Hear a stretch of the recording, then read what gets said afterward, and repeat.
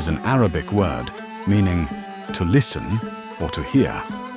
In its specific context, Semâ refers to a common expression used to describe all forms of religious and spiritual devotional practices within Sufi orders, in which the disciples move their bodies under the influence of words or music while invoking the divine names or reciting certain religious formulations, despite the fact that Rum performed Semâ in a spontaneous manner that emanates from his heart rather than adhering to any previously set or particular system. It was institutionalized beginning with his son Sultan Walad and grandson Ulu Arif Çelebi, culminating in Pir Adil Çelebi's period, and assumed to gain its final aspect in the 15th century.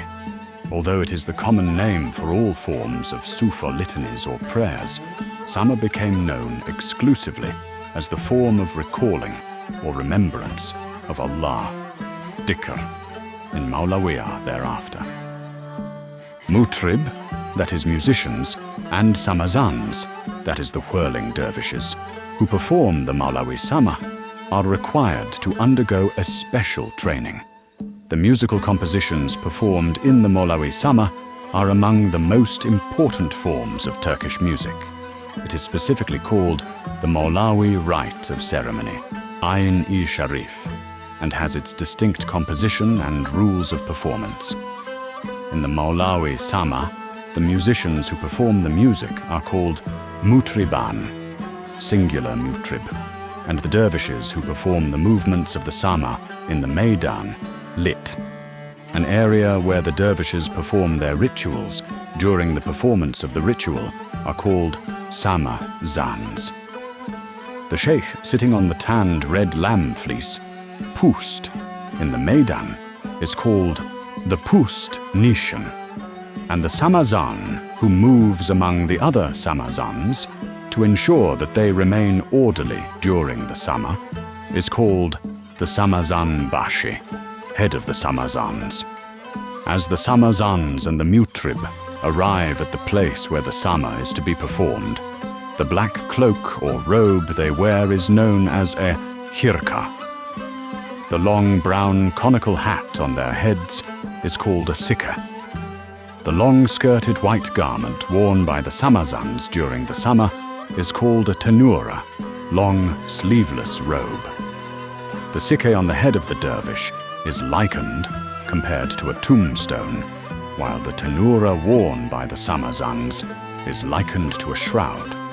According to the common belief, the Semâ ritual represents in its entirety the journey of the human being towards perfection, kamal, that is, spiritual maturity, and, in a sense, his or her spiritual ascension, miraj.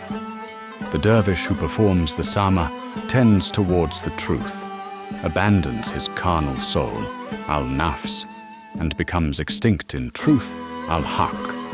He or she attains maturity and returns to servitude as a perfect, kamil human being. Prior to Semâ ritual, Mukabala, a Samazan enters the Semâ Khana with a red pust or tanned sheep fleece representing the station or makam of the pir in his hand and lays it in the direction of the Qibla. This process is called the opening of the Meydan. After the Meydan is opened, awakened, the musicians, Mutrib, and the Samazans greet the sheep fleece and settle in their respective places. Then the Pust Nishan, literally, the one sitting on the sheep fleece, the sheikh, also enters the Semâ Khana, greets everyone in the square, and then sits down on the red sheep fleece.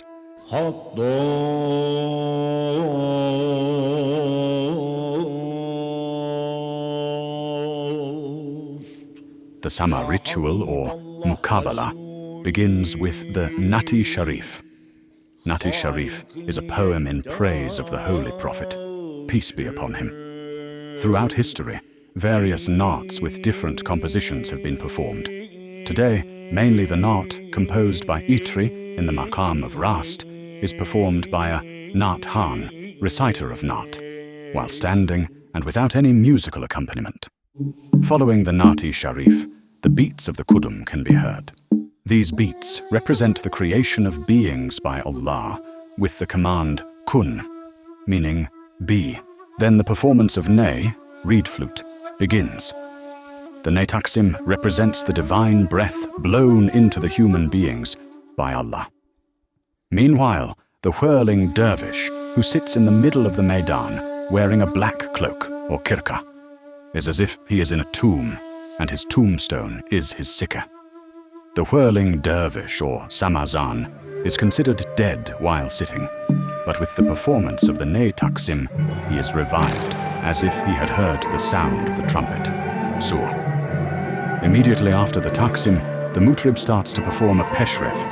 Together with the pust nishan, the samazans stand up simultaneously by striking their hands stiffly on the ground, and this strike is called darb-jalal. Then the pust nishan, as well as the samazans, accompanied by the peshrev, march around the sama area in a circle from right to left in a 3-cycle procession. This is called Daur-i-Walad. These 3 cycles symbolize the recognition of the absolute truth as the wisdom of certainty, al-ilm al-yaqin, seeing it as the eye of certainty, al-hayn al-yaqin, and attaining it as the realization of the truth, al-haq al-yaqin, under the guidance of a spiritual guide. The venue where the sama is performed is called samahana. The straight line, which is considered as dividing the samahana into 2 halves, is called hat-i istiwa. The samazan, approaching from the right side of the sama area in front of the sheep fleece, crosses the line without stepping on it and without turning his back to the sheep fleece. Thus, he comes face to face with the samazan, following just behind him. Both samazans bow at the same time and greet each other by bending their bodies forward and nodding, bash kesme. It is the salutation of the spirit to the spirit. This is called mukabala. Hence, another name of the Maulau Sama is Maulawi Mukabala. With the Kudums and Bashis beats signifying the end of the Dauri Waladi, the Neys and Bashi performs a short taksim, and the Sama begins. As the Samazan takes off his hirka and begins whirling, he turns away from his lower self or ego and is born into the everlasting realm and truth. Crossing his arms, he affirms his own non-existence and the absolute oneness of Allah. When he stretches out his arms, his right hand is pointing upwards, as if in prayer, and his left hand is facing the ground so that he does not forget that he is a servant. During the Sama, the left foot is called the pole, or axis/pillar, and the right foot is called the chark, wheel. The Samazan never lifts his left foot off the ground and does not bend his knee. He moves his right foot around the pole by turning it to the left, towards the heart, while lifting and lowering it up and down from the ground. In each rotation, the whirling dervish continues to invoke the divine name, al-Ism al-Jalal, through remembering or invoking the divine name. The Sama ritual basically consists of 4 parts, and each part is called a salam.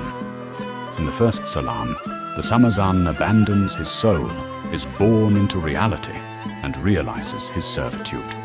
In the second salam, he observes the created order and the grandeur of creation, while admiring the divine power of Allah.